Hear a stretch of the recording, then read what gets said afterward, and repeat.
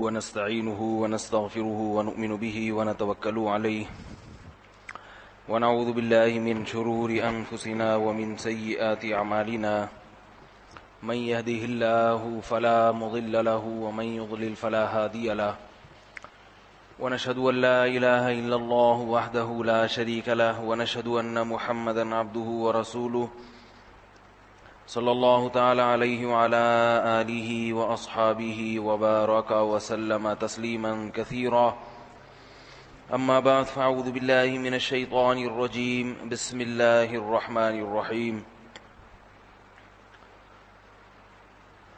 ومن يؤمن بالله ويعمل صالحا يكفر عنه سيئاته ويدخله جنات تجري من تحتها الأنهار خالدين فيها أبدا ذلك الفوز العظيم والذين كفروا وكذبوا بآياتنا أولئك أصحاب النار خالدين فيها وبئس المصير. سورہ تغابن آیت نمبر 10. ایک اعلان بھی سن لیں کہ جمعے کا جو بیان تھا وہ ابھی تک اپلوڈ نہیں ہوا، تو انشاءاللہ کل یا پرسوں اپلوڈ کر دیا جائے گا.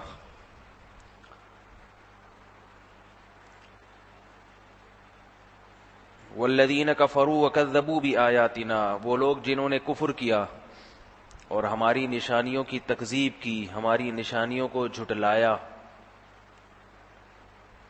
اولئک اصحاب النار، یہ ہمیشہ آگ میں رہیں گے. خالدین فیہا، ہمیشہ اس میں رہیں گے. ابدا، ہمیشہ ہمیشہ. خالدین فیہا وبئس المصیر، یہ ہمیشہ اس جہنم کی آگ میں جلتے رہیں گے، اور کیا ہی برا ٹھکانہ ہے وہ جہنم کی آگ. اس آیت پر پچھلے درس میں بیان ہو چکا. آگے فرمایا ما اصاب من مصیبت الا باذن اللہ، تمہیں جب بھی کوئی مصیبت پہنچتی ہے تو وہ اللہ کے حکم سے پہنچتی ہے. ومن یؤمن باللہ یہدی قلبہ، اور جو اللہ پر ایمان لاتا ہے اللہ اس کے دل کو سیدھا رکھتے ہیں، درست سمت میں رکھتے ہیں. واللہ بکل شیء علیم، اور اللہ ہر چیز کا جاننے والا ہے. یہ بہت ہی اہم آیت ہے، اور اگر یوں کہا جائے کہ مسلمان کو ٹینشن فری زندگی دینے میں اس عقیدے کا سب سے بڑا دخل ہے جس عقیدے کا اللہ نے قرآن مجید کی اس آیت میں تذکرہ کیا. یہ وہ نعمت ہے جو مسلمان کے سوا دنیا کی کسی قوم کے پاس نہیں ہے. وہ کیا ہے؟ جب بھی کوئی مصیبت پہنچے، کوئی حادثہ پہنچے، تو اللہ نے کیا بتایا؟ بِإِذْنِ اللہ. وہ کس کی طرف سے؟ اللہ کی طرف سے. کتنی تسلی ہو گئی، مایوسی کے تمام دروازے بند ہو گئے. اس لیے مسلمان خوش و خرم زندگی گزارتا ہے. مسلمان خودکشی نہیں کرتا. جو خودکشی کر رہا ہے اس کے ایمان میں گڑبڑ ہے، کمزور ہے ایمان. ایمان اس قابل نہیں ہے جو اسے بچا سکے.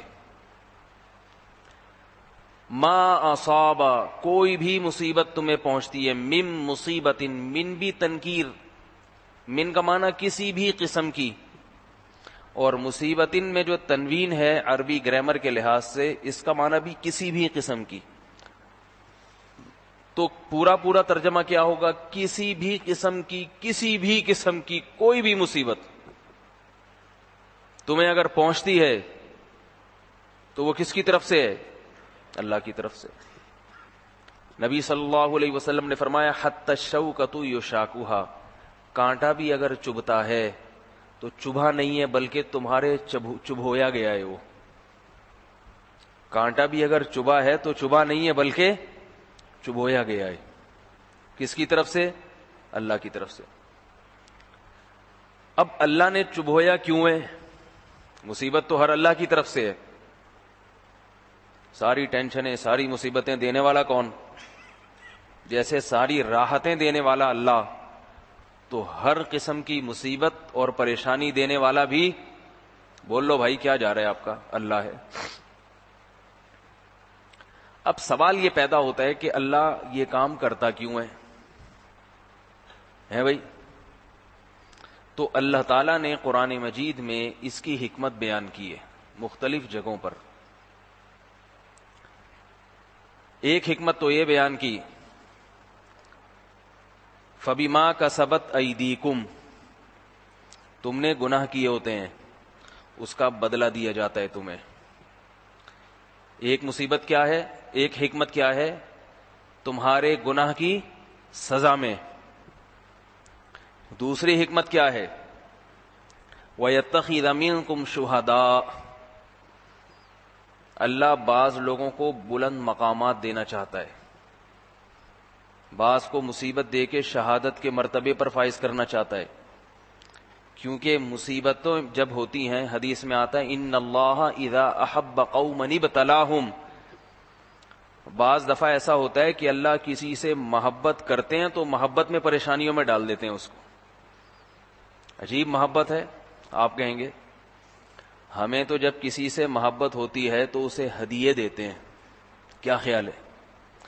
لیکن اللہ تعالیٰ کا اپنے محبوب بندوں سے محبت کا اسٹائل تھوڑا سا نرالا ہے. ہر ایک کے ساتھ نہیں، بعض لوگوں کے ساتھ. بعض کو محبت میں نوازتے ہیں اور بعض کو محبت میں پریشانیوں میں ڈال دیتے ہیں. یہ اللہ کی مرضی کہ وہ اپنے بندوں میں سے جس سے محبت کرتا ہے تو محبت کا اظہار کس طریقے سے کرتا ہے، یہ فیصلہ کرنا مخلوق کا کام نہیں ہے. یہ کس کا کام ہے؟ اللہ کا. بعض دفعہ نواز دے گا اور اکثر و بیشتر کچھ نہ کچھ آزمائشوں میں ڈال دیتا ہے اس کو. محبت کرتا ہے. یہ میں وجہ بعد میں بتاؤں گا کہ اس میں حکمتیں کیا ہیں محبت کی وجہ سے آزمائش میں ڈالنا. تیسری وجہ، بعض دفعہ اللہ تعالیٰ کسی کو، یہ سب مسلمان کے بارے میں بتا رہا ہوں، مصیبت میں ڈالتے ہیں تاکہ اس کا دل نرم ہو جائے اور اس کے دل میں اللہ کی محبت پیدا ہو جائے. کیونکہ جب عیش و عشرت کی زندگی ہوتی ہے تو سب کچھ یاد رہتا ہے سوائے اللہ اس کے رسول کے. جب انسان کا پیٹ بھرا ہوا ہو، دولت کی ریل پیل ہو، سارے کام صحیح ہو رہے ہوں، تو ایسا آدمی کبھی اللہ کو یاد رکھتا ہے؟ بولو بھائی، اللہ کو یاد رکھنے کی ضرورت کیا ہے اسے؟ کہے گا میں نماز کیوں پڑھوں، مجھے کیا ضرورت ہے؟ جب مجھے روٹی مل رہی ہے، مجھے کھانا مل رہا ہے، مجھے عزت مل گئی ہے، میرے پاس گاڑی ہے، میرے پاس سب کچھ ہے. نماز وہ پڑھے جو غم زدہ ہو، جس کے پاس معاذ اللہ فارغ ٹائم ہو. تو اللہ ایسے شخص کو آزمائشوں میں ڈال دیتے ہیں.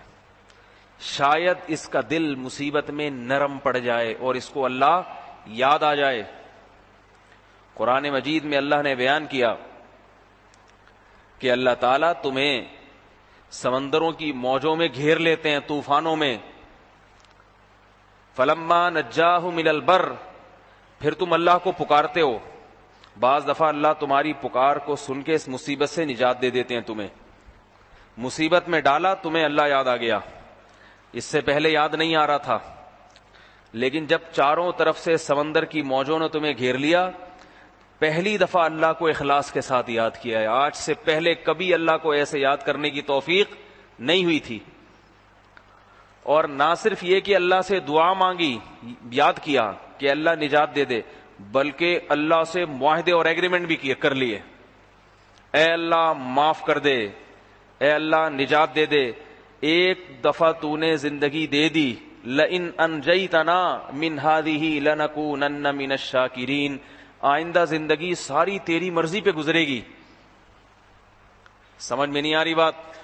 ایسے جیسے پھانسی کا پھندا لٹک رہا ہو مجرم کے سامنے اور وہ اللہ سے توبہ کرے، اے اللہ یہ پھانسی مؤخر کر دے، اب تک جو ہوا سو ہوا، اس کو ڈیلے کر دے، مؤخر کر دے، جان بچا لے، آئندہ ساری زندگی تیری مرضی کے مطابق گزاروں گا. تو اللہ نے اس کو آزمائش میں ڈالا کیوں؟ پھانسی کے تختے تک لے کر گیا کیوں؟ مقصد لٹکانا نہیں تھا. سمندروں کی موجوں اور طوفانوں میں گھیرا کیوں؟ مقصد پریشان کرنا نہیں، بلکہ مقصد اس سے توبہ کروانا.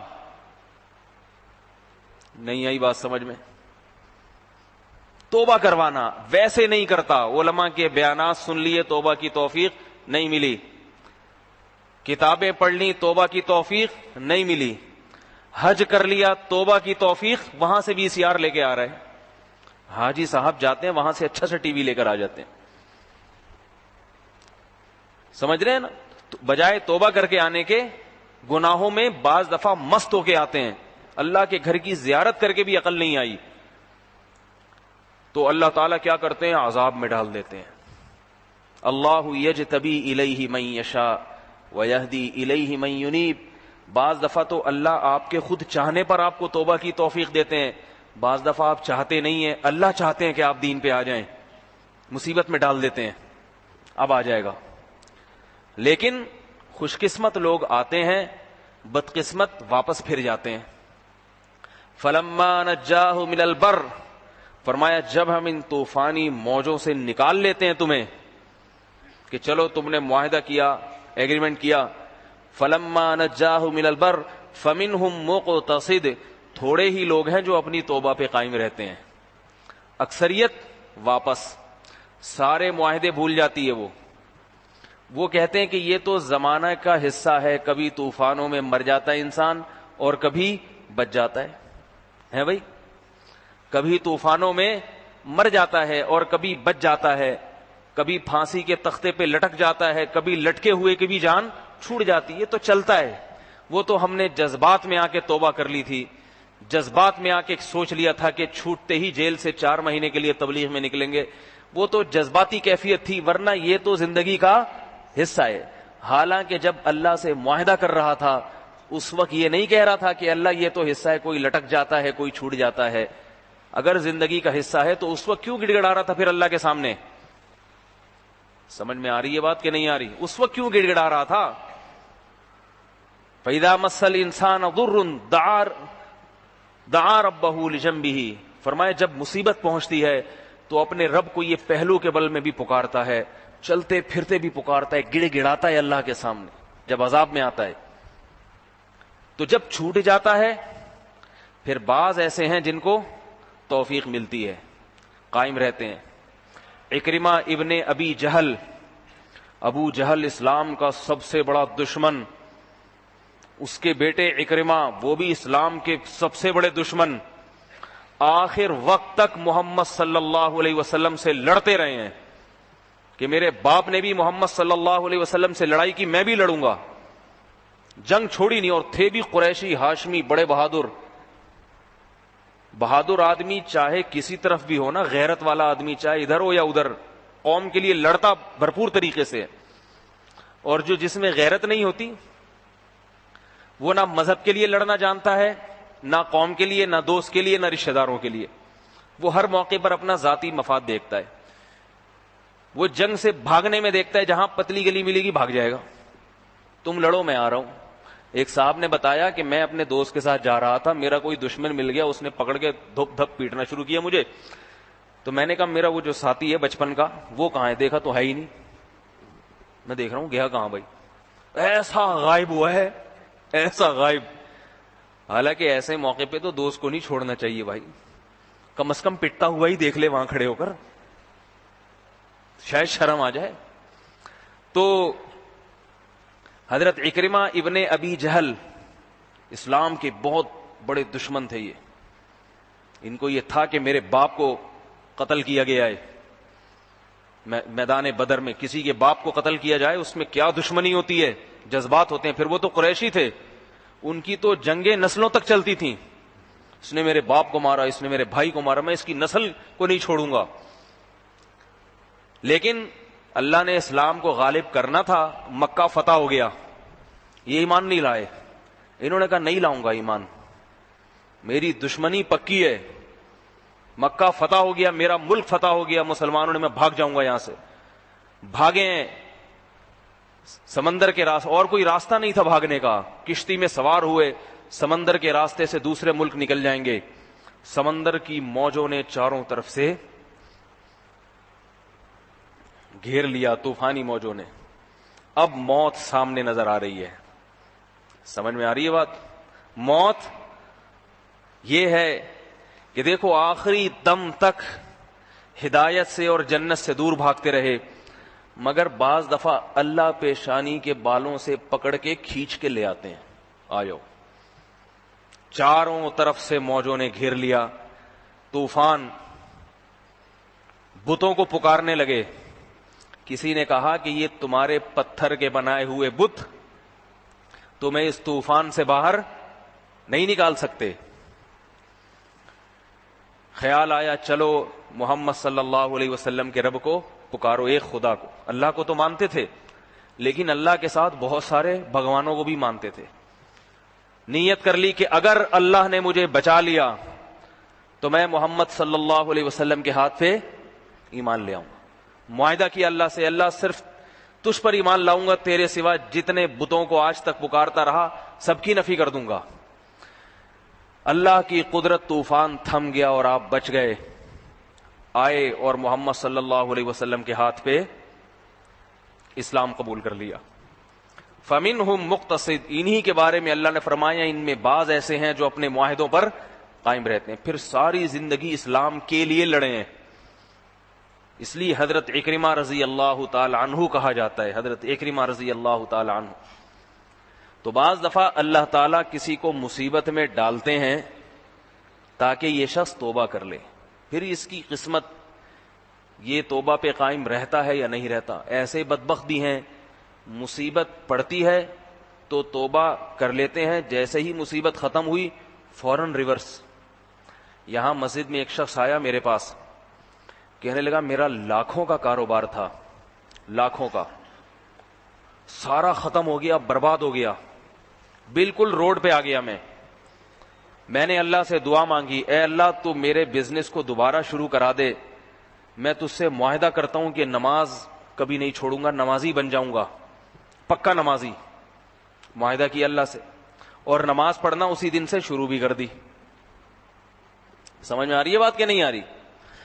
کہہ رہے بالکل اللہ ایسا جیسے غیب سے مدد ہوئی ہو، میرا بزنس دوبارہ شروع ہو گیا، خوب ریل پیل ہو گئی۔ کہہ رہا آہستہ آہستہ نماز چھوٹنے لگی۔ دکان پہ جب رش ہو کسٹمر کا تو کون چھوڑ کے آتا ہے؟ معاہدہ یاد آتا تھا کہ اللہ سے ایگریمنٹ کیا ہے، پھر خیال آیا کہ بھائی یہ تو بزنس تو ہوتا ہے، کبھی اتار کبھی چڑھاؤ، یہ تو چلتا ہے۔ کہہ رہے میں آہستہ آہستہ بے نمازی بن گیا، بے نمازی بنا ہوں، پھر میرا کاروبار دوبارہ مجھ سے ختم، برکت ختم دکان کی۔ کہہ رہے پھر مکھیاں مارتا رہتا تھا، لوگ آئے نہیں آتے تھے۔ کہہ رہے اب میرے پاس آیا، بہت سخت پریشان ہوں، میں نے اللہ سے کیے ہوئے معاہدے کو توڑا ہے اور آج اس کی مجھے یہ سزا ملی ہے، آج اس کی مجھے یہ سزا ملی ہے۔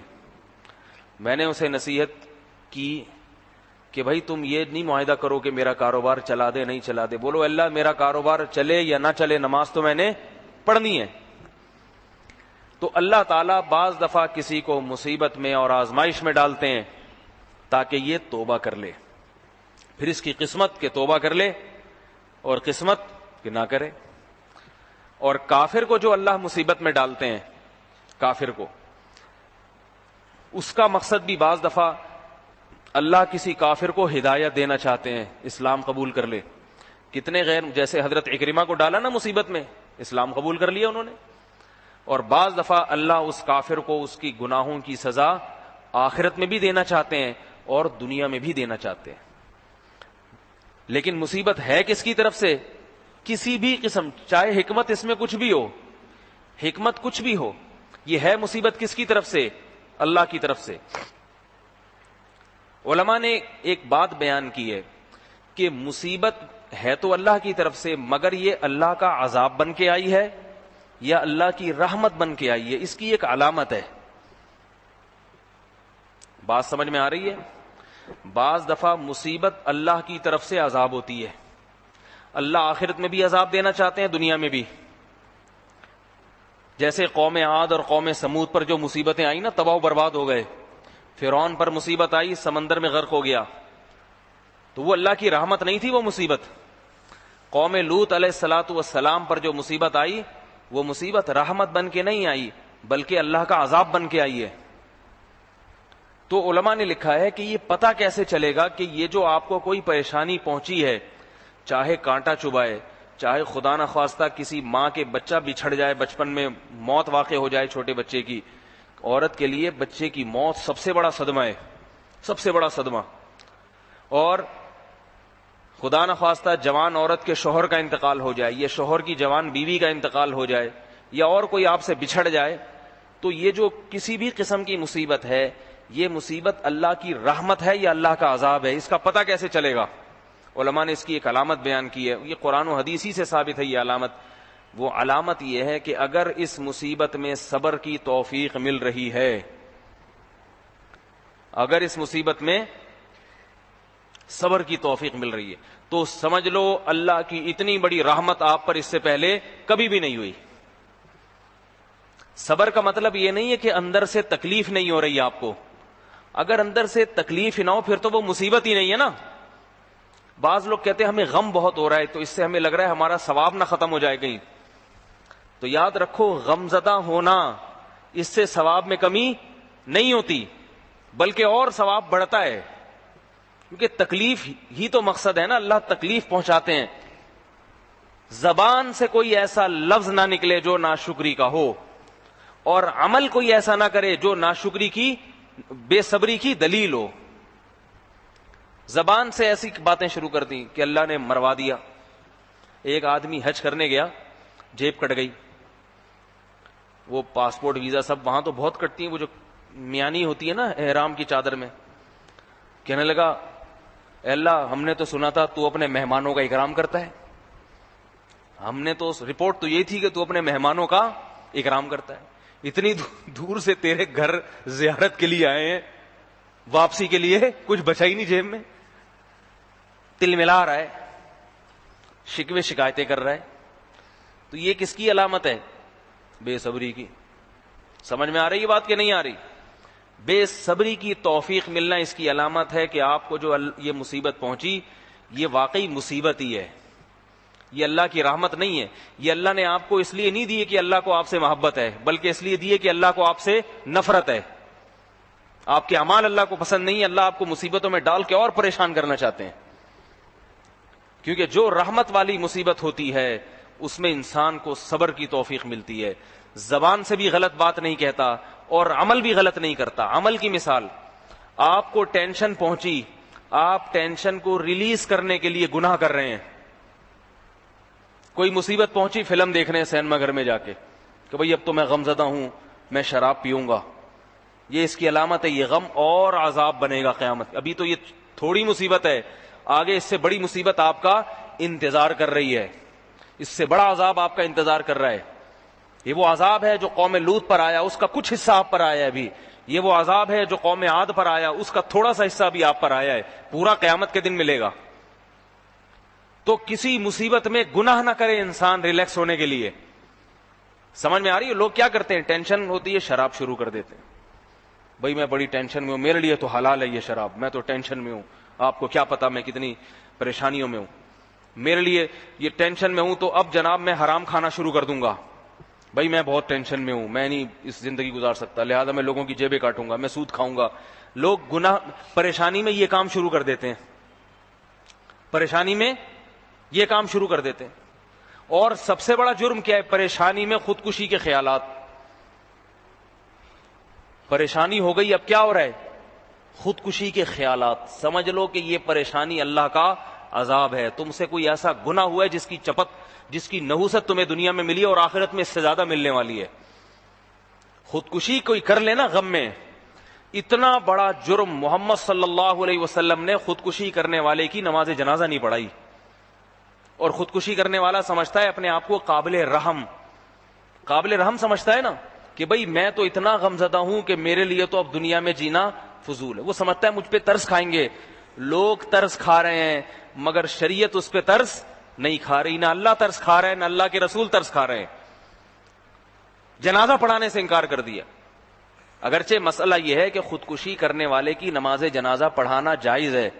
علماء نے لکھا ہے کہ نبی نے منع اس لیے کیا کہ تاکہ قوم کا مقتدا اور رہبر بائیکاٹ کرے، دوسرے نماز پڑھا دیں اس کی. یہ بائیکاٹ کرے تاکہ لوگوں کو کے دل میں خودکشی کی نفرت بیٹھے. یہ مطلب نہیں ہے کہ اس کی نماز جنازہ ہی جائز نہیں ہے، اس کے لیے مغفرت کی دعا کرنا بھی جائز ہے، بلکہ زیادہ کرنی چاہیے اس کے لیے. اور دوسرا جرم خودکشی میں یہ ہے کہ ہر بڑے سے بڑے گناہ میں توبہ کا امکان ہوتا ہے کہ یہ توبہ کر لے.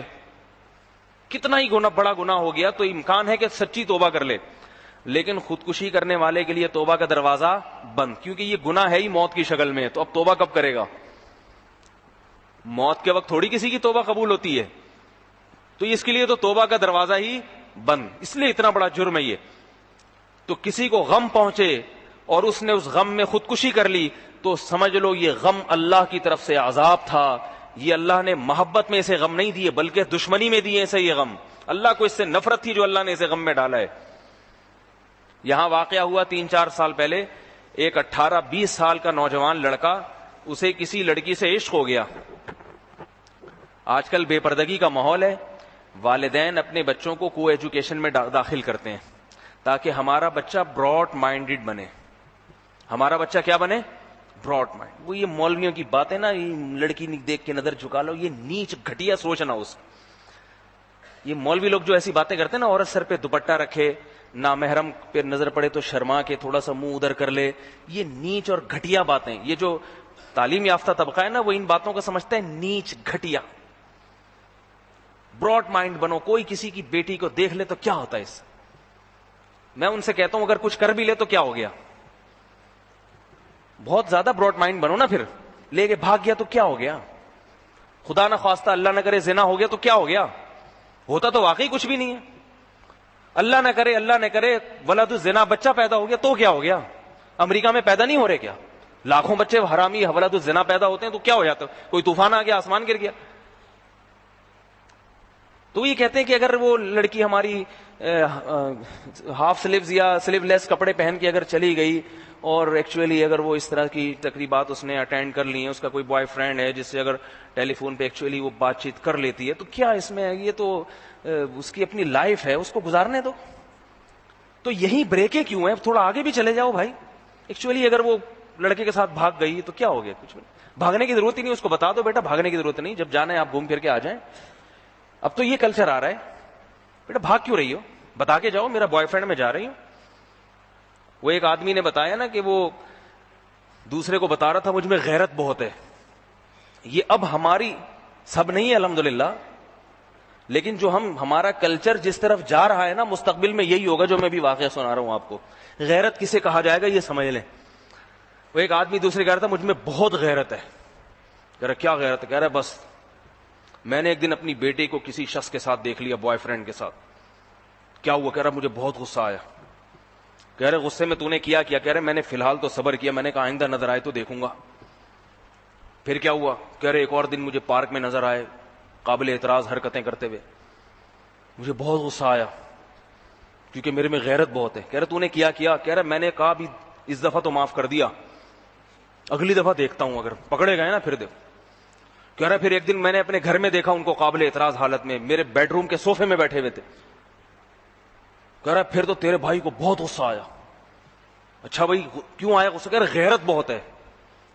کہہ رہے تو نے غیرت میں کیا؟ کہہ رہے میں نے کہا بیٹا ایک دفعہ تو دیکھ لیا, گھر کے اندر بھی ہونے لگائی ہے میرے سامنے, آئندہ دیکھتا ہوں میں.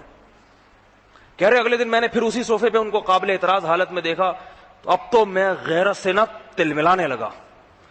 صوفے پہ بیٹھے ہوئے میرے سامنے الٹی سیدھی حرکتیں کر رہے ہیں. کہہ رہے پھر تو نے کیا؟ میں نے کہا کہہ رہے میں نے غیرت میں آ کے صوفہ ہی گھر سے باہر نکال دیا.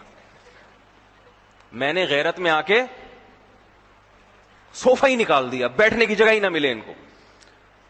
یہ بھی غیرت کی ایک قسم ہے بھائی. فقہاء نے مسئلہ بیان کیا ہے, میں نہیں بتا رہا, شامیہ میں لکھا ہوا ہے. کہاں لکھا ہوا ہے؟ شامیہ میں. مجھ پہ دہشت گردی کا کیس نہ ڈال دیں کہیں, شامیہ میں لکھا ہوا ہے, انہی کی ذمہ داری سے بتا رہا ہوں آپ کو. اور اس پہ عمل کرو, کسی قانونی وکیل سے پہلے پوچھ لینا عمل کرنے سے پہلے, ورنہ میرے کھاتے میں ڈال دو گے.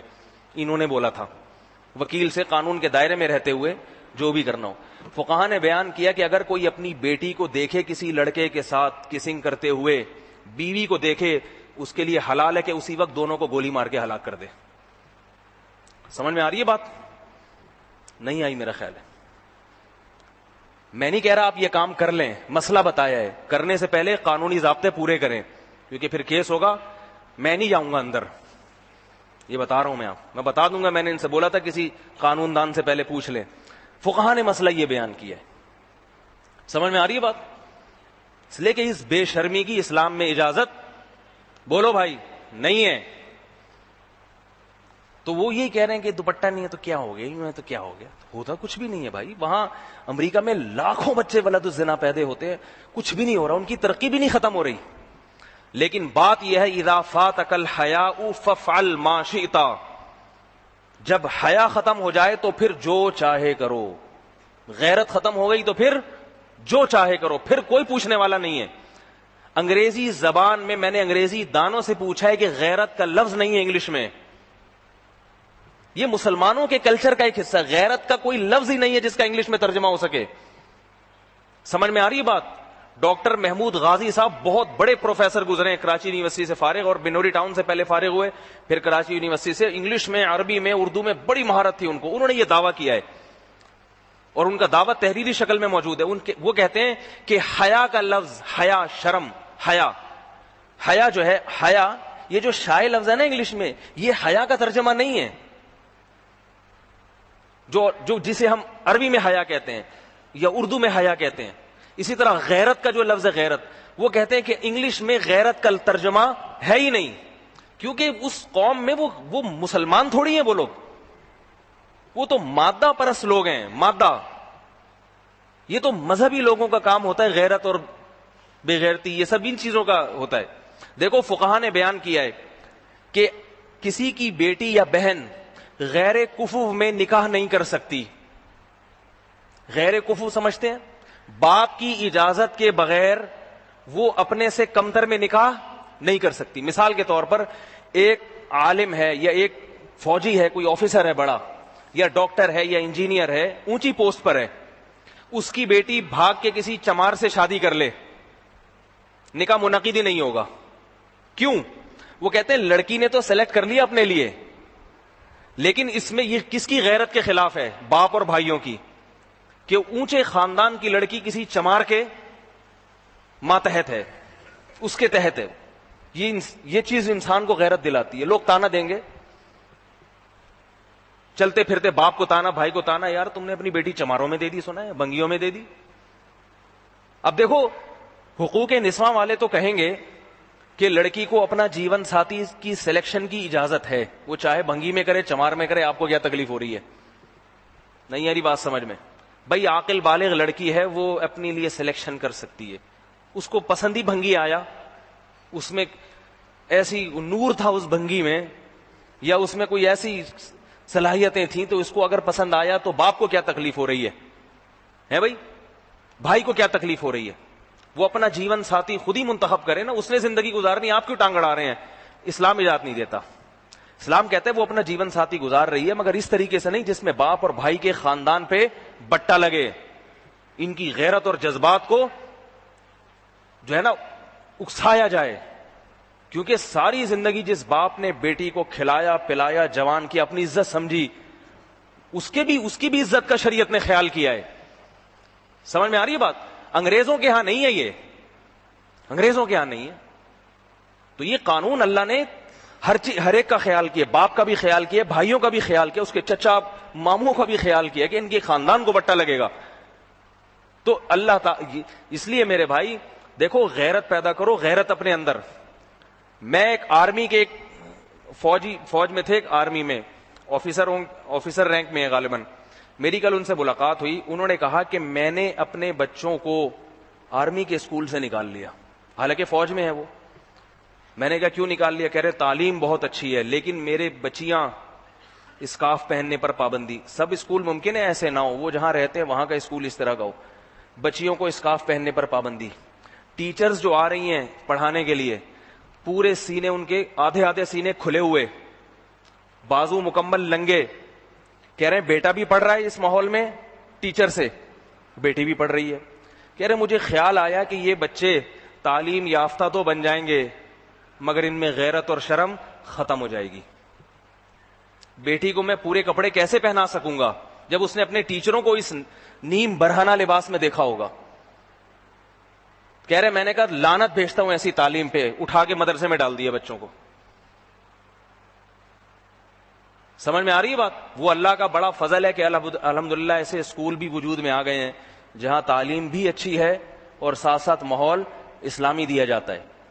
ایسے اسکول بھی ہیں. اب تو کوئی عذر ہے ہی نہیں کسی کے پاس. اب اگر کوئی کہتا ہے میں اپنے بچے کو اچھی تعلیم کے لیے مجبوراً مجھے اس اسکول میں داخل کرنا تھا جہاں بچیوں کو ڈانس سکھایا جاتا ہے, موسیقی سکھائی جاتی ہے, آج کل اسکولوں میں یہ سب کچھ سکھایا جا رہا ہے. اور یاد رکھو جو اندر جو کچھ سکھایا جا رہا ہے نا وہ تو ماں باپ کو پتہ ہی نہیں ہوتا اندر کیا سکھایا جا رہا ہے. بچہ جاتا ہے اسکول میں, اس کا بوائے فرینڈ یا گرل فرینڈ وہ بیٹھ کے یا یہ اپنی گرل فرینڈ کو موبائل پہ فحش چیزیں دکھا رہا ہوتا ہے بیٹھ کے. یہ نہیں دیکھے گا دوسرے دکھا رہے ہوں گے, ماں باپ کو پتہ ہی نہیں. وہ بچوں کے گھر میں بڑی تربیت ہو رہی ہے اور بچہ گھر میں اسکول میں جا کے یہ سیکھ رہا ہے. اسکولوں میں تربیت نہیں ہے, تعلیم ہے مگر تربیت نہیں ہے, یاد رکھو. اور ہمیں شریعت نے حکم دیا ہے تعلیم سے پہلے کیا ہے؟ تربیت. ورنہ صرف تعلیم اگر دیکھی جائے تو میرے بھائی تعلیم تو غیر مسلموں کے پاس بھی ہے. تو کیا چاہتے ہو کہ ہمارا بچہ غیر مسلم بن جائے, تعلیم یافتہ بن جائے؟ پہلے تربیت ہے, اس کے بعد دوسرے نمبر پہ تعلیم ہے, تربیت پہلے ہے. تو ایسے اسکول ہیں, یہ دی مینٹور ہے یہاں پہ, ادھر کلندری سے تھوڑا سا آگے ہے, نخلہ ہے گلشن اقبال میں, یہ پتہ نہیں حسن اسکوائر پہ, صفہ ہے گلشن اقبال میں, یقین ماڈل اسکول کا دوسرا نام پتہ نہیں کیا ہے. کچھ اس طرح کے بہت سارے اسکول ہیں, اقرا کی بعض اچھی برانچیں بھی ہیں. تو اپنے بچوں کو وہاں داخل کرائیں, ایسے اسکولوں میں, اسلامی ماحول میں تعلیم ہی ملے گی آپ کو. تو میں جلدی جلدی بات کو سمیٹ کے ختم کرتا ہوں. اللہ تعالیٰ مصیبت میں ڈالتے ہیں بعض دفعہ, یہ مصیبت رحمت ہے یا اللہ کا عذاب ہے, اس کا پتہ کیسے چلے گا؟ بولو بھائی. اگر صبر کی توفیق مل رہی ہے, نماز میں دل لگ رہا ہے مصیبت میں آ کے, اللہ کو یاد کرنے سے غم ہلکا ہو رہا ہے, تو سمجھ لو کہ یہ اللہ کی بہت بڑی رحمت ہے تمہارے اوپر. لہذا اس رحمت کا تصور کر کے صبر کرنا چاہیے انسان کو, صبر کرنا چاہیے اور صبر کرے. اللہ کے نبی نے فرمایا ان اللہ اذا احب قوما ابتلاہم, اللہ جب کسی سے محبت کرتے ہیں اسے آزمائشوں میں ڈال دیتے ہیں اور پھر اسے صبر کی توفیق دیتے ہیں, پھر اس کے درجات کو بلند کرتے ہیں. علماء نے لکھا ہے, صوفیہ کرام نے بیان کیا ہے کہ مجاہدوں سے, عبادتوں سے اللہ کی اتنی محبت پیدا نہیں ہوتی جتنی اللہ کی طرف سے انسان کو غم ملے اور غم میں صبر کی توفیق ملے. اس سے جو مقام اور مرتبہ اور اللہ کی محبت پیدا ہوتی ہے کسی چیز سے نہیں ہوتی, کسی چیز سے نہیں ہوتی. انبیاء کی واقعات پڑھیں آپ. حضرت ابراہیم کو مرتبہ کیوں ملا؟ غم بہت دیے گئے انہیں. غم دیے نہیں دیے اللہ نے, بیٹے کو ذبح کرنے کا غم, کاٹ ڈالو اس کو. بیوی کو چھوڑاؤ, کیسے غم زدہ چھوڑ کر آ رہے ہیں, میں کہاں چھوڑ کر آ رہا ہوں اس کو. اللہ نے آزمائشوں میں ڈالا, قوم ساری ایک طرف اٹھا کے قوم نے آگ میں ڈال دیا. یہ غموں پہ صبر کیا, پھر اللہ نے کیسا نوازا. اگر حضرت ابراہیم کہتے اے اللہ مجھے تو آگ میں ڈالا گیا تھا تیری خاطر, اتنے غم دیے گئے, اور پھر ان مصیبتوں کے بعد مجھے بیٹے کی بشارت ملی ہے, وہ 7 سال کا بیٹا تو میرے ہی ہاتھ سے ذبح کروا رہا ہے. اگر آپ حضرت ابراہیم یوں کہہ دیتے ہیں بھائی, بظاہر تو ان کا حق تھا کہنے کا, اے اللہ تو نے مجھے آزمایا, میں نے وطن چھوڑا ہجرت کی تیری خاطر, اپنا ملک چھوڑ دیا, اور اس بڑھاپے میں مجھے بیٹا مل رہا ہے, اے اللہ تو نے ذبح ہی کروانا تھا تو بیٹا دیا کیوں تو نے؟ جب بچہ مر جائے تو عورتیں کہتی ہیں نا, اے اللہ تو نے موت ہی دینی تھی, تو نے تو مجھے دیا کیوں؟ یہ اپنا سارا ثواب کیا کر دیا؟ برباد. بے صبری سے وہ چیز تو کبھی واپس نہیں ملتی. اگر آپ صبر نہ کرو, کوئی عورت اگر صبر نہ کرے, چیخ چیخ کے پورے محلے کو پریشان کر دے بچے کی موت پہ, تو کیا بچہ زندہ ہو جائے گا؟ کچھ بھی نہیں ہوتا, کیونکہ لڑ کے اللہ سے کوئی چیز حاصل نہیں کی جا سکتی. تو حضرت ابراہیم کہہ سکتے تھے کہ اے اللہ اتنا تو نے آزمایا, پھر بچہ دیا, اتنا خوبصورت بچہ, ایسا بردبار, ایسا پیارا, اور اگر تو نے مارنا ہی تھا تو خود سے کسی حادثے میں مروا دیتا, اس کو مار دیتا, میں صبر کر لیتا, میرے ہی ہاتھ سے ذبح کروا رہے تو اس کو. حضرت ابراہیم کی آنکھوں سے آنسو نکل رہے ہیں, مگر زبان سے شکوے اور شکایت کا ایک لفظ نہیں. سمجھ رہے ہو بات کو؟ نہیں سمجھ رہے؟ ایک لفظ نہیں ہے. بیوی اور دودھ پیتے بچے کو ریگستان میں چھوڑ کے جا رہے ہیں, پتہ ہے قحط سے تڑپ تڑپ کے مر جائیں گے. حضرت ہاجرہ سے کہا, امی ہاجرہ سے, وہ پریشان ہے, مجھے کدھر لے کے جا رہے ہو اس بیابان میں, بیت اللہ کے قریب, کوئی کچھ بھی نہیں تھا وہاں پہ. جواب نہیں دے رہے کیونکہ اللہ کی طرف سے حکمت بتانے کی اجازت نہیں تھی. پھر بیوی نے پوچھا کہ آپ صرف اتنا بتا دیں کہ یہ آپ خود کر رہے ہو یا اللہ کے حکم سے کر رہے ہو. شوہر پیغمبر تھے نا, بیوی نے کو پتا تھا کہ اگر یہ اللہ کے حکم سے کر رہے ہیں, کیونکہ اس کا امکان ہے کہ اللہ کے حکم سے کر رہے ہیں. حضرت ابراہیم نے جواب دیا اللہ کے حکم سے کر رہا ہوں. تو حضرت ہاجرہ نے کیا فرمایا, اذا لا یضیعنا, پھر اللہ ہمیں ضائع نہیں کرے گا. کیونکہ وہ جو غم دیتا ہے, تکلیف دیتا ہے, اپنے بندوں کو برباد کرنے کے لیے نہیں دیتا, وہ برباد کرنے کے لیے نہیں دیتا, بنانے کے لیے دیتا ہے, سنوارنے کے لیے غم دیتا ہے. ہمیں سنوارنے کے لیے غم دے رہا ہے وہ. اگر حضرت ہاجرہ کہہ دیتی کہ مولوی سے شادی کر کے پھنس گئی, کہہ دیتی دیندار سے شادی کر کے, حضرت ابراہیم تو دیندار تھے, داڑھی تھی, نمازی تھے, تہجد گزار تھے, دولت تھی نہیں. اگر کہہ دیتی کہ مروا دی ابا نے میرے, ہے بھائی اس نوجوان سے میری شادی کرا دی, ساری زندگی مجاہدوں میں گزری ہے, توحید کے نام پہ کیا کچھ ہو رہا ہے, قوم بھی گئی اور رشتہ دار بھی گئے, اور اب ایک اولاد ملی ہے, اس بچے سمیت مجھے کہاں پھینک کے آ رہے ہیں. اس لیے علماء کہتے ہیں جو خواتین بعض ایسی ہوتی ہیں جن کو دینداروں سے شادی کا بڑا شوق ہوتا ہے, بعض خواتین ایسی ہیں جن کو دینداروں سے شادی کا, بعض کو علماء سے شادی کا بڑا شوق ہوتا ہے. جب شادی ہو گئی تو ٹی وی بند, کیبل ویبل بند, تقریبات میں پورا تمبو پہنا کے لے جا رہے ہیں, کہ نہیں کم از کم برقع ہی پہنا دو, پورا شامیانہ پہنا دیا آپ نے, ہے بھائی پوری ڈھکا ہوا ہے, نہ ہاتھ نظر آ رہے ہیں نہ آنکھیں. ایسا پردہ مولوی لوگ کراتے ہیں نا اپنی بیویوں کو, اتنا ہو کہ یا یہ تو مروا دیا. تو بھائی اگر عیش و عشرت کی زندگی گزارنی ہے, عیش و عشرت سے مراد وہ جو دنیا داروں کے عیش و عشرت ہے, فلمیں بھی ہوں, ڈانس بھی ہوں, اور گانے بھی ہوں, اور ناچ بھی ہو, اور پارٹیز میں آ بھی رہے ہیں, جا بھی رہے ہیں, ایک دوسرے کی کزنوں سے مل رہے ہیں, وہ سالیوں سے ہا ہا ہو ہو کر رہا ہے اور وہ سالوں سے ہا ہا ہو ہو کر رہی ہے. ایسے ہی ہوتا ہے نا. دیکھو جو دین کی طرف منسوب نہیں ہے نا, ان کی زندگی بڑی مزے کی ہے. وہ اپنی وائف کو لے کے جاتے ہیں تقریبات میں, سالیاں بھی آئی ہوئی ہوتی ہیں, سب کو پتا ہے ٹھیک ہے, یہ سالیوں سے ملتے ہیں, اور وہ بھی سالوں سے ملتی ہے, وہ ان سے خوب اچھی طرح ہیلو ہائی کرتے ہیں. آپ کی وائف سے مل کے بڑی خوشی ہوئی, اور ان کو ان کی وائف سے مل کے اس سے بھی زیادہ خوشی ہو رہی ہوتی ہے. ٹینشن فری زندگی. کتنی مزے کی زندگی ہے یا نہیں ہے؟ تو خوب گپ شپ ہوئی, پھر آ گئے واپس. مولوی صاحب جائیں گے وہ ایک مولوی صاحب نے ہمارے حضرت کا بیان سنا اور اپنی بیوی کو شرعی پردہ کرا لیا. اپنی بیوی کو کہا کہ تو میرے بھائیوں کے سامنے نہیں آئے گی, ان سے پردہ کرے گی. شادی مولوی صاحب کی نہیں ہوئی تھی, اور یہ مولوی صاحب تھے پٹھان. اب انہوں نے اپنی بیوی کو جب پردہ کرایا تو ان کے بھائیوں کو نا, مولوی صاحب کے بھائیوں کو تیش آ گیا. بولا وہ مولوی تو ساری زندگی ہماری بیویوں کو تو دیکھتا رہا ہے بھائی, اب اپنی والی نہیں دکھا رہا ہم کو, اپنی شادی ہوئی تو تجھے تقوی یاد آ گیا. اب یہ بیچارہ بڑا پریشان کہ یار بات تو صحیح ہے, میں ساری زندگی ان کو تو دیکھتا رہا ہوں. اس نے کہا ٹھیک ہے آج سے میں بھی نہیں دیکھوں گا تمہاری بیویوں کو, تم نہ میری والی کو دیکھو نہ میں تمہاری والی کو دیکھوں گا. اس نے کہا نہیں, جو اتنی زندگی دیکھتا رہا ہے. اب اس کی بیوی بھی اڑ گئی کہ بھائی کیوں, میں کیوں پردہ کروں تمہارے بھائیوں سے. تو ہمارے حضرت کو فون کیا مولوی صاحب نے کہ بھائی میں تو خاندان کا جھگڑا ہو گیا میرا, تو دلائل میں تو میں وہ مغالب آ رہے ہیں, میں کمزور ہو گیا ہوں دلائل میں, سارے خاندان ایک طرف.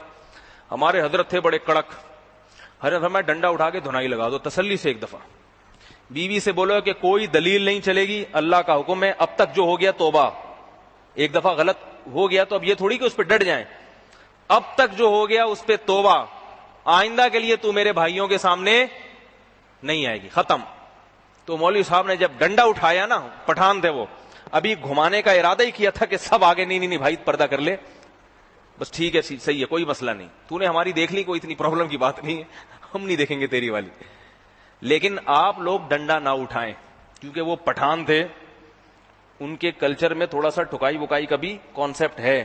شہری زندگی میں اگر بیوی کے ٹھکائی لگا دی نا آپ نے, تو بیوی آپ سے پہلے تھانے پہنچے گی, پورے جسم کو نوچ کے خون وون نکال کے تھانے میں آپ کے خلاف رپورٹ کرا دے گی. ایک صاحب آئے تھے کچھ دن پہلے میرے پاس, کہنے لگے میں نے اپنی زوجہ پہ وہ ان کی بیوی بڑی خطرناک قسم کی تھی, وہ بہت تنگ کیا ہوا تھا اس نے, تو کہہ رہے ہیں کہ ابھی میں نے تو مارنے کا سوچا بھی نہیں تھا, وہ پہلے تھانے پہنچ گئی.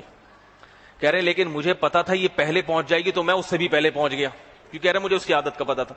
جب میں پہنچا ہوں تو کہہ رہے میری زوجہ آئی کپڑے وپڑے پھاڑ کے اور خون وون نکال کے بلیڈوں سے کاٹا ہوا ہے, اور میں ٹانگ پہ ٹانگ رکھ کے ایس ایچ او صاحب کے سامنے بیٹھا ہوا ہوں. ایس ایچ او دیکھ کے ہنسنے لگا, اس نے کہا کہہ رہے میری وائف سے کہا کہ محترمہ یہ ڈرامے بہت ہوتے ہیں عورتوں کے, یہ ہمارے تھانے میں یہی ڈرامے صبح شام چلتے رہتے ہیں, ان چیزوں سے متاثر ہونے والے نہیں ہیں آپ. تو اس نے پھر کہا میں میڈیا کو بلاتی ہوں, جیو کو, پتہ نہیں کس کو بلاتی ہوں. تو خیر وہ ایس ایچ او صاحب نے اس کا ساتھ دیا, اس کو بھگایا وہاں سے. تو اس لیے آپ لوگ یہ ڈنڈے منڈے نہیں چلائیں, بس محبت, یہ دور ہے محبت کا, محبت سے سمجھا دیں بیگم پردہ کر لو, علماء کے بیان سنائیں, کر لے ٹھیک ہے, نہیں کرے تو صبر کر لیں. آپ سمجھ میں آ رہی ہے بات کہ نہیں آ رہی؟ کیونکہ یہ کام شادی سے پہلے کا ہوتا ہے. شادی سے پہلے آپ کو پردے دار تلاش کرنی چاہیے تھی, شرط لگانی. اب شادی سے پہلے شرط نہیں تھی, بعد میں زبردستی کریں گے تو پھر مسئلہ خراب ہوگا. شادی سے پہلے اگر معاہدہ تھا کہ بھئی پردہ کرے گی, پھر سختی کرتا ہوا انسان اچھا لگتا ہے, وہ تو کہہ سکتا ہے نا بھئی میری تو آپ سے شادی پردے کی بنیاد پر ہوئی ہے, اب آپ کیسے بے پردہ ہو رہی ہو. لیکن اس وقت کوئی ایسی شرط نہیں تھی, اب ایک دم ڈنڈا لے کے سوار ہو گئے تو بات بننے کے بجائے بگڑتی زیادہ ہے. تو جلدی جلدی بات کو مکمل کروں, بس 2-4 منٹ میں بات کو سمیٹوں گا, بیان بہت لمبا ہو جاتا ہے. تو اللہ تعالیٰ مصیبتوں میں ڈالتے ہیں مرد کو بھی عورت کو بھی, اور ان مصیبتوں میں ڈالنے سے مطلب کیا ہوتا ہے, مقصد کیا ہوتا ہے, یہ بندہ میری طرف کھینچا چلا ہے. اور اگر کھنچتا ہوا نہیں آ رہا اللہ کی طرف تو سمجھو یہ مصیبت اللہ کی طرف سے رحمت نہیں ہے, بلکہ یہ مصیبت اللہ کی طرف سے عذاب ہے. ہمارے حضرت فرمایا کرتے تھے کہ اللہ اپنے نیک بندوں کو جب مصیبت میں ڈالتے ہیں تو یہ ایسے ہے جیسے کوئی محبوب کسی محبوب کی محبت میں چٹکی لیتا ہے, اسے تکلیف دینے کے لیے. ہوتا ہے کہ نہیں ہوتا, زور سے چونٹی کاٹ کے اس کو تکلیف دیتا ہے. تو اس تکلیف دینے میں دینے والے کو بھی مزہ آتا ہے, اور جس کو تکلیف دی جا رہی ہے اس کو بھی مزہ آتا ہے. تو جن کو اللہ سے محبت ہوتی ہے انہیں جب غم ملتا ہے تو اللہ بھی خوش ہوتے ہیں, اور جب انہیں غم ملتا ہے تو اگرچہ غم کی تکلیف اپنی جگہ, لیکن یہ تصور کہ یہ اللہ نے مجھے, میرے محبوب نے مجھے تکلیف دی ہے میرے درجات کو بلند کرنے کے لیے اور مجھے اپنے قریب کرنے کے لیے, تو اس تکلیف میں بھی ایک خاص لطف اور مزہ آ جاتا ہے اس تکلیف میں بھی. اب آپ حیران ہوں گے تکلیف اور مزہ دو چیزیں جمع کیسے ہو سکتی ہیں, کہ بھئی غم کی تکلیف بھی ہو رہی ہے اور اس میں میٹھا میٹھا مزہ بھی آ رہا ہے. سوال پیدا ہوتا ہے کہ نہیں ہوتا؟ پہلے میں ایک حدیث سنا دوں, اس کے بعد اس سوال کا جواب دوں گا. وہ حدیث یہ کہ یہ جو غم ہے نا, غم جب انسان کو غم پہنچے اس وقت صبر کرے تو ثواب ملے گا. اس وقت تو چیخ چیخ کے آسمان سر پہ اٹھا لیا. اللہ تعالیٰ نے اس نبی صلی اللہ علیہ وسلم نے اس عورت پہ لعنت دی ہے جو میت پہ چیختی ہے. کئی لعنتیں حدیث میں. ہمارے ہاں جب گھر میں کسی کی میت ہوتی ہے, ہمارے ہاں سے مراد میرے خاندان میں الحمدللہ ایسا نہیں ہوتا, لیکن عام طور پہ جو مشاہدہ ہو رہا ہے لوگوں کے یہاں سوائے دینداروں کے, جب کسی کے گھر میں میت ہوتی ہے تو خواتین کیسا رونا ڈالتی ہیں, چیختی ہیں, اتنا چیختی ہیں. اللہ کے نبی صلی اللہ علیہ وسلم نے چیخنے چلانے والی عورت پہ بارہا لعنت کی ہے. ایک مرتبہ آپ نے حکم دیا, ایک خاتون میت پہ چیخ رہی تھی, آپ نے فرمایا جاؤ مٹی لے کر ان کے منہ میں ٹھوس دو جا کے. اتنی نفرت ہے کہ جو عورت میت پہ چیختی ہے. اور ہمارے ہاں جو سب سے زیادہ چیختی ہے وہی سمجھا جاتا ہے کہ سب سے زیادہ محبت اسی کو تھی. پنجاب میں بعض علاقوں میں دیکھا ہے کہ وہاں میت پہ باقاعدہ رونے کا مقابلہ ہوتا ہے. یہ جو میں نے ایک اشکال اور جواب کیا نا, مجھے یاد دلائیے گا تاکہ یہ رہ نہ جائے. اشکال سمجھ میں آیا تھا نا کہ جب غم بھی ہے تو غم اور خوشی دونوں اکٹھے کیسے ہو جاتے ہیں. یہ اشکال کا جواب دوں گا, پہلے یہ بات کمپلیٹ کر لوں. پنجاب میں بعض علاقوں میں دیکھا ہے کہ رونے کے باقاعدہ مقابلے ہوتے ہیں, خواتین کے رونے کے. جو سب سے زیادہ چیخ چیخ کے روئے گی, لوگ سمجھتے ہیں اس کو اپنے بھائی سے سب سے زیادہ محبت. ایسے مقابلے ہوتے ہیں, جنگلی پن ہے, لعنتی عمل ہے یہ. صبر کرو, اپنی آواز پہ کنٹرول کرو. میں نے ایسے خاندان بھی دیکھے ہیں, جوان بیٹا ماں کا مر گیا, جوان بیٹا اچانک حادثے میں, 4 دیواری سے باہر عورت کی آواز نہیں نکل, کمرے سے باہر نہیں جا رہی, رو رہی ہیں اور کہہ رہی ہے کہ اللہ یہ رونا آنسو میرے اختیار میں نہیں ہے. ماں کہہ رہی ہے اے اللہ یہ آنسو میرے اختیار میں نہیں ہے ورنہ ان آنسوؤں کو بھی روک لیتی میں, کہیں میرا اجر ضائع نہ ہو جائے. ایسی عورتیں بھی ہیں, لیکن اس طرح بھی ہیں, چیختی ہیں. اور تعزیت کے لیے جب آئیں گی نا, کوئی مر گیا تعزیت کے لیے آ رہی ہیں, تو بس میں آ رہی ہیں, خوب گپیں ہو رہی ہیں نا, ٹیکسی میں ہاں ہاں ہم جا رہے ہیں فلاں کے یہاں فلاں.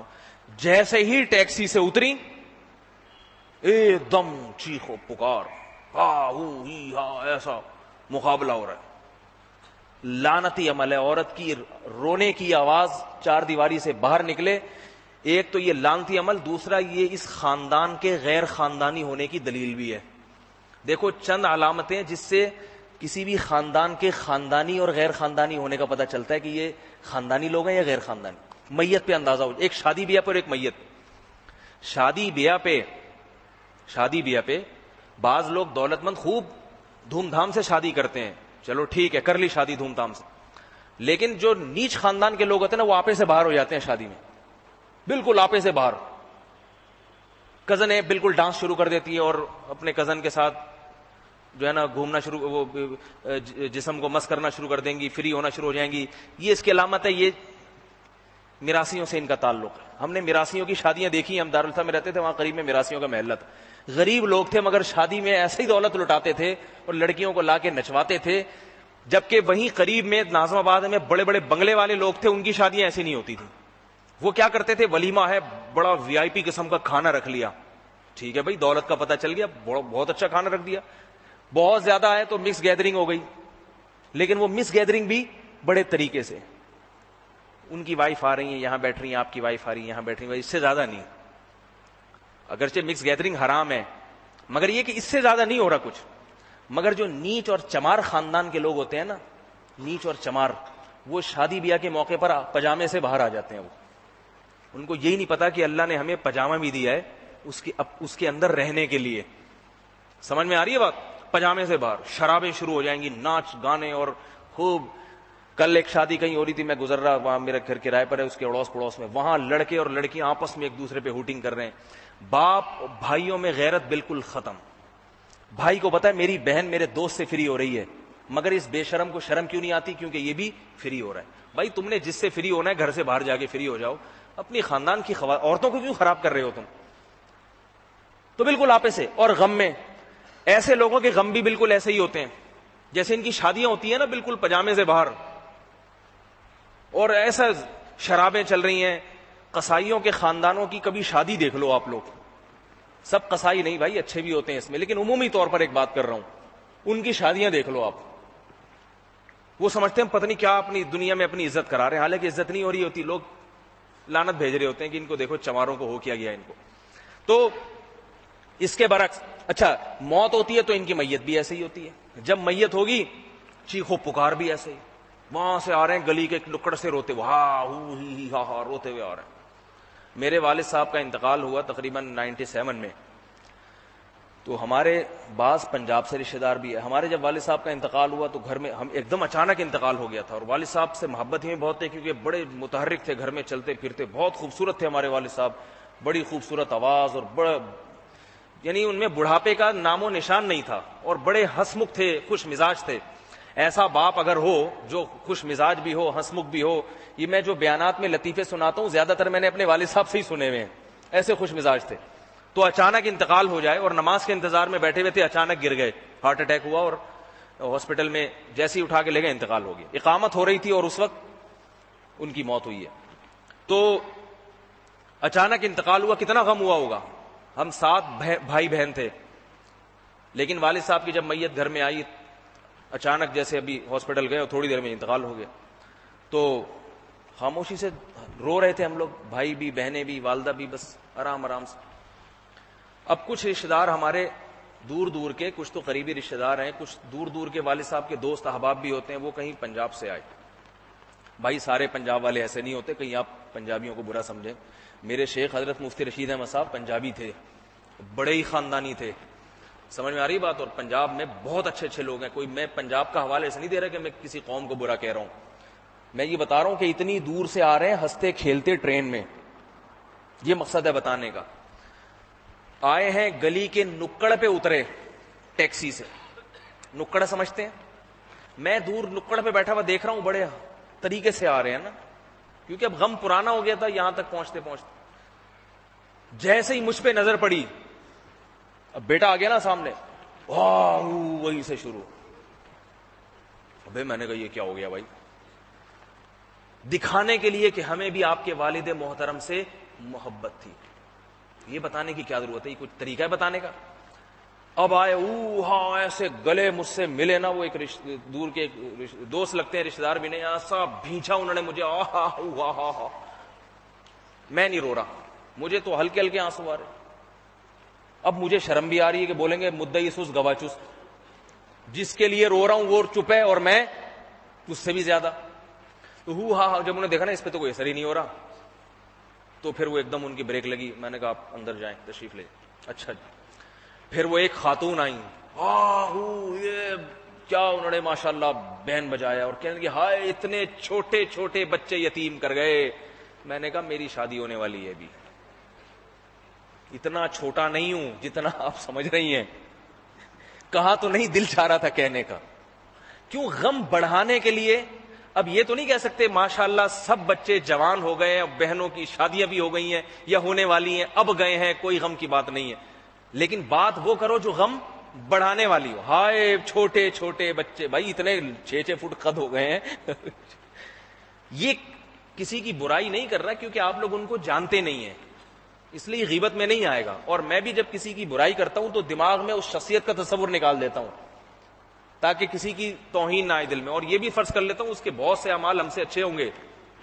بتانا یہ مقصد ہے کہ اللہ کو یہ طریقہ پسند بولو بھائی نہیں ہے.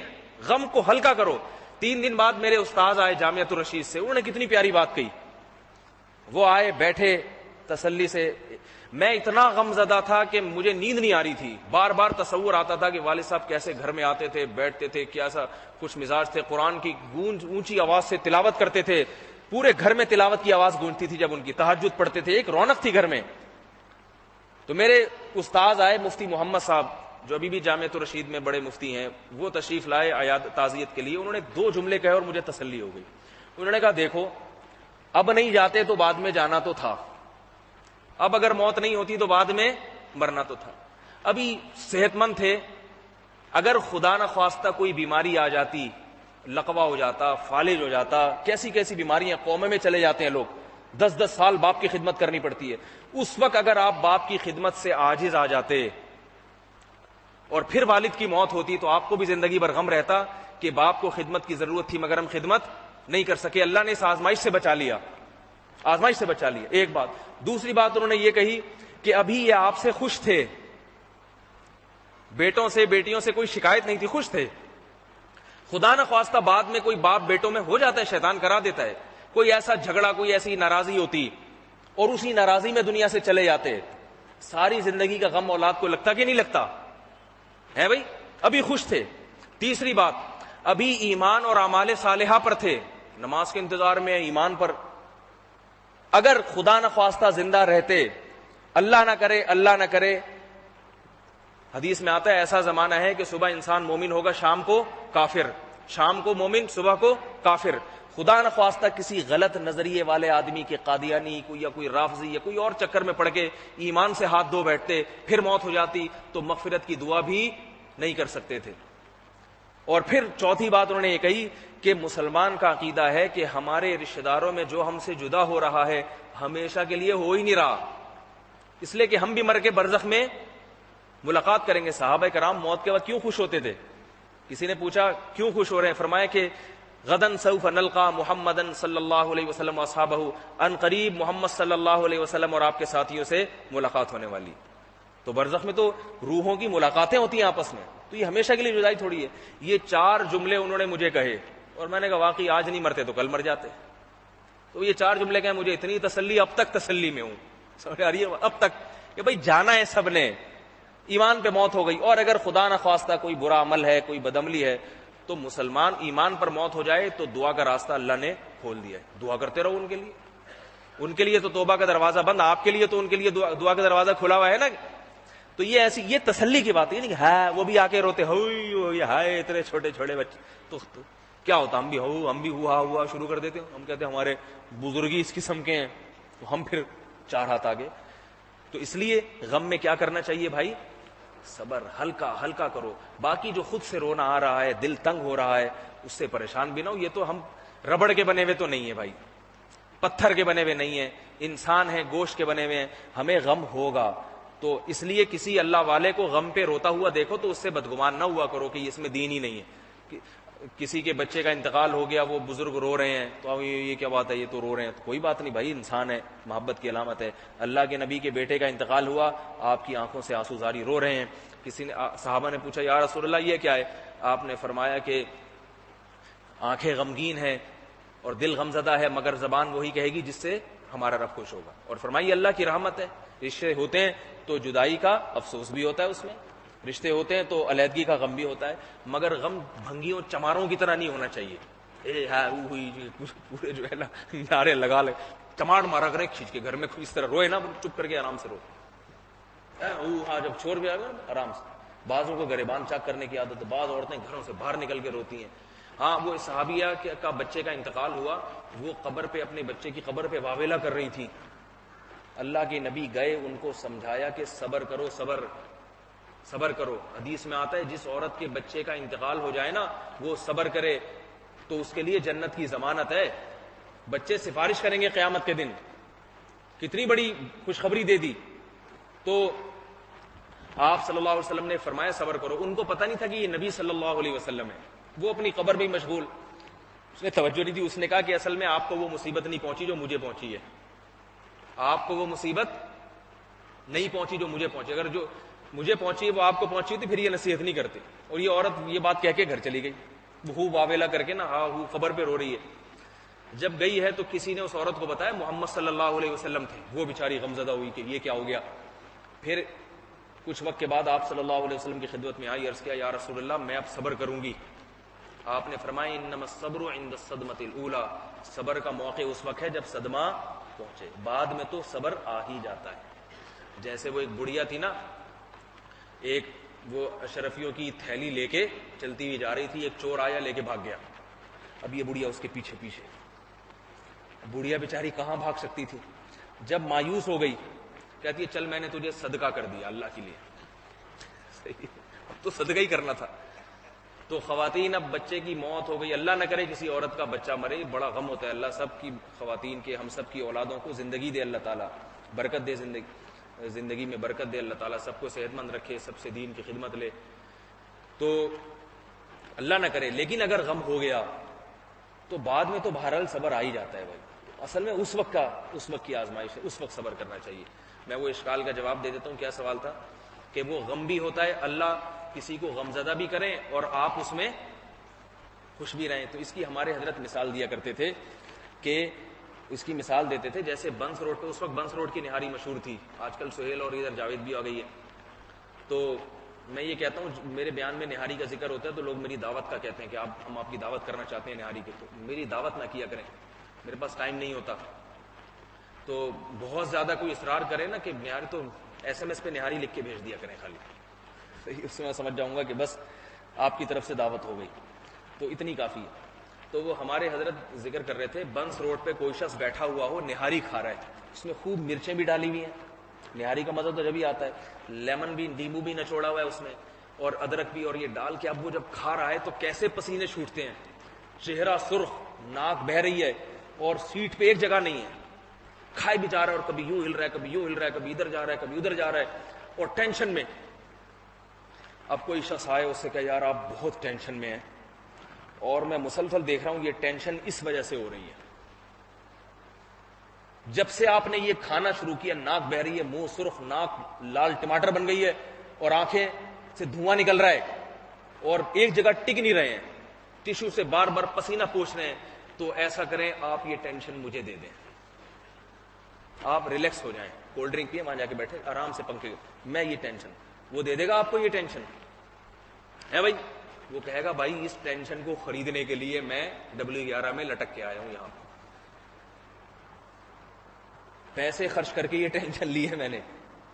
تو اہل اللہ کو جو ٹینشن ہوتی ہے نا، دیکھنے میں تو آنکھوں سے دھواں، رو بھی رہے ہیں، پریشانی بھی ہے، لیکن اس ٹینشن میں ان کو وہ لذت آتی ہے، وہ لذت ہوتی ہے. جو ایک نہاری کھانے والے کو نہاری میں وہ لذت محسوس نہیں ہوتی، ان کو اس غم سے بھی محبت ہوتی ہے. کہتے ہیں یہ غم بھی منظور ہے اللہ کی محبت میں. ایک شاعر نے کہا ہے نا کہ زخم اس نے جو دیے تھے وہ اس لیے رکھے ہرے.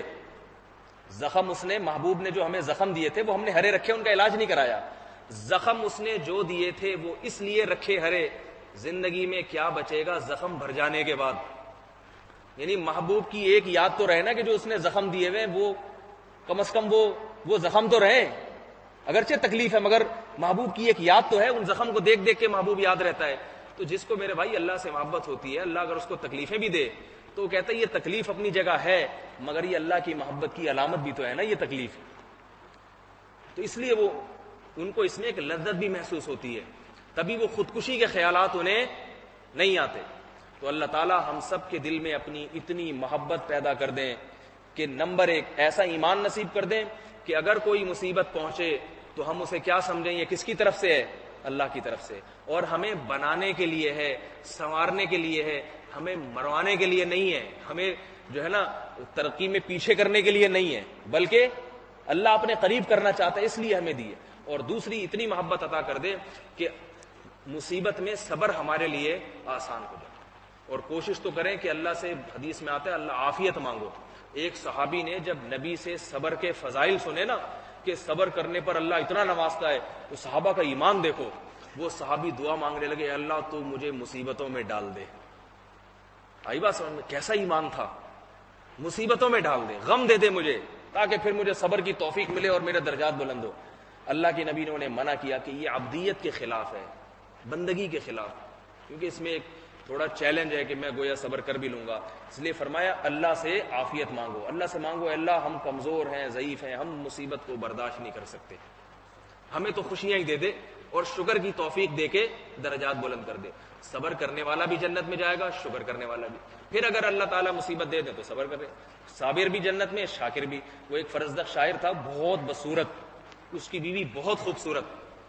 تو ایک دن اس نے اپنی بیوی سے پوچھا کہ تیرا کیا خیال ہے ہم لوگ کدھر جائیں گے، جنت میں جہنم میں؟ اس نے کہا دونوں جنتی ہیں. اس نے کہا کیوں؟ کہہ رہے میں تجھے دیکھ کے یہ عجیب سی شکل دیکھ کے صبر کرتی ہوں، اور صبر کرنے والے بھی کہاں جائیں گے؟ جنت میں. اور تجھے میں اتنی خوبصورت بیوی بھی مل گئی تو مجھے دیکھ کے شکر کرتا. طنز بھی مار دیا، فتویٰ بھی دے دیا، اس نے طنز بھی مار دیا. تو ایسا بدصورت تھا کہ ایک دفعہ ایک عورت آئی، اسے کہے گی چلے میرے ساتھ. یہ بڑا خوش کہ ہمیں بھی کوئی ڈیٹ مارنے کے لیے. اس شکل اور ان نین نقش پہ بھی کسی نے، اس زمانے میں اسلامی ڈیٹیں لگا کرتی تھیں، ٹھیک ہے، اسلامی ڈیٹیں کیا ہوتی ہیں پھر یہ بتاؤں گا کبھی. تو وہ عورت اس کو لے گئی کہ چل میرے ساتھ. یہ سمجھا کہ رشتے کے لیے ابا سے ملا رہی ہے، ابا یہ مجھے پسند آیا. بڑا خوش کہ پہلی دفعہ زندگی میں، بہت بدصورت تھا نا. تو ایک عورت لے گئی اس کو ایک دکان پہ، اور دکان والے سے کہا ایسا، اور یہ کہہ کے واپس آ گئی. یہ پریشان کھڑا یار، میں کچھ اور سمجھ رہا تھا. اس نے دکان والے سے پوچھا کیا ماجرا ہے؟ اس نے کہا یہ عورت آئی تھی کہ ایک شیطان کی تصویر بنا دو. تو میں نے کہا میں نے تو کبھی دیکھا نہیں، یہ کیسا ہوتا ہے؟ تجھے لے کے آئی؟ بولی ایسا. اور یہ کہہ کے نکل گئی.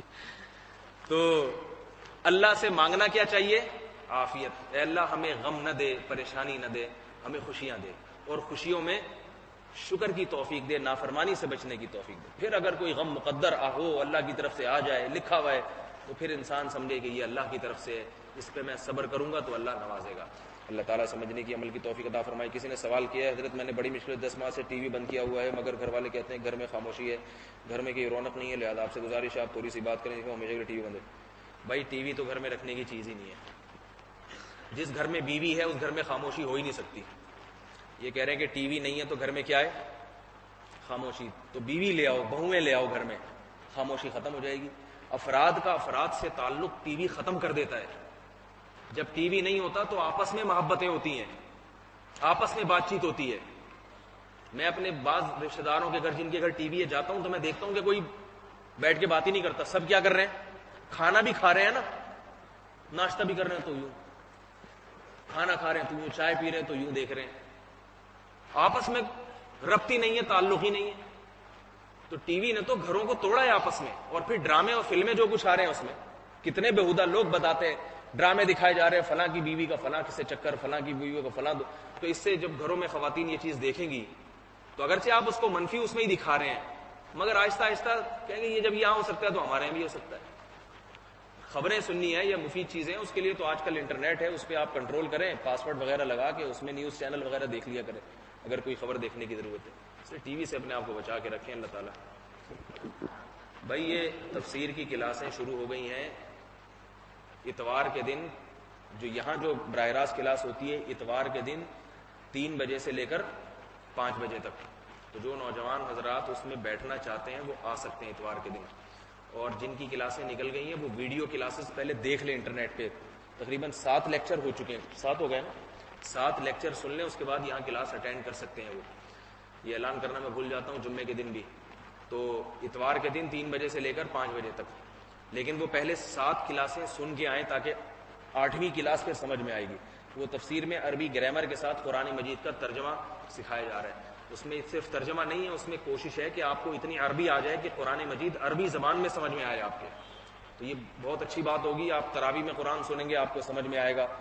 آپ گھر میں جب قرآن کی تلاوت کریں گے تو آپ کو ترجمے کے بغیر انشاءاللہ سمجھ میں آئے گا. وہ ترجمہ یاد کروایا جا رہا ہے، اس میں کچھ گرامر پڑھائی جا رہی ہے. تو جو حضرات بھی سیکھنے کے خواہش مند ہیں اتوار کے دن میں خود کلاس لیتا ہوں یہاں پہ، تو آ جائیں. 3 بجے سے لے کر درمیان میں چائے کا وقفہ بھی ہے. چائے بھی ہماری طرف سے ہوگی.